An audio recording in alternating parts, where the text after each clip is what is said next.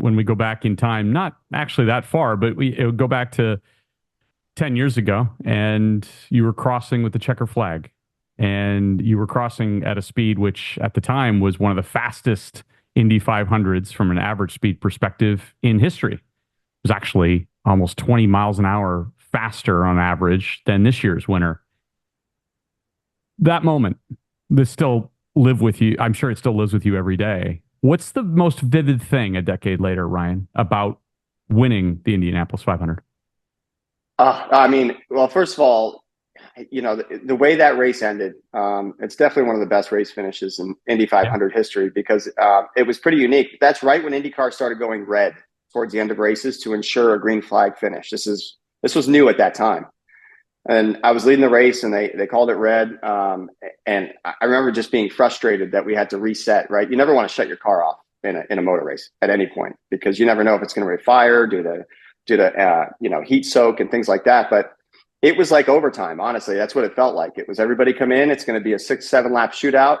And Elio and I we were doing things that I didn't know was possible at Indy. And it was kind of the first of that ever happening, honestly, from him and I both, myself turning in from the bottom of the racetrack. I had no idea if the car would stick to the corner. I mean, at Indy, you need that whole arc from the wall all the way to the apex to the exit wall. You need every bit of racetrack that you can get.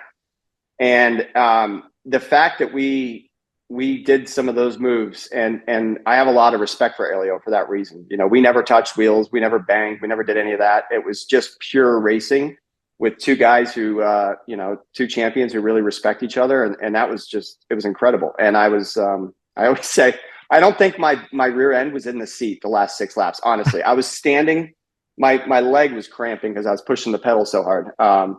But crossing the finish line was, it was amazing. It was an amazing sense of like, I just felt this rush, like almost like somebody dumped water on you, like this rush of relief. But then right then it was like a flashback of everything from the moment my dad and I kind of pulled into a go-kart track with a go-kart in the back of the pickup truck, to all the hard times, I had. I went through years of not being able to find a ride and, being completely broke.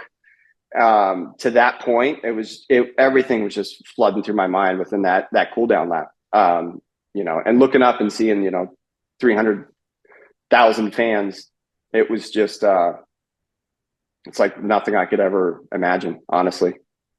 What changed about your life after that? Indy is the gift that keeps on giving. Once you win Indy 500, it's changed forever in a good way. Obviously, you're always an Indy 500 champion. That's just what you are. That's what you're exactly right. It comes with it. Absolutely. The biggest single day sporting event in the world. And, it comes with that. It really does. You're introduced that way at different events, and rightfully so. It carries a certain weight with it. I just remember that media tour afterwards with my wife and my young son at the time. Went on David Letterman. Just awesome, incredible stuff. I've had so many opportunities because of that race. And I'm so grateful for all of them. So grateful for the people around me that made that possible. And all the years of struggling, honestly, made me a better driver. Rather than everything coming easy and hey, here's your ride, you got a budget, you got sponsors, all that stuff. All the years of having to fight tooth and nail to get to that point made me want it that much more. But yeah, Indy, the baby Borg is actually right behind me somewhere here. Where is it? It's up there. Right there. There it is.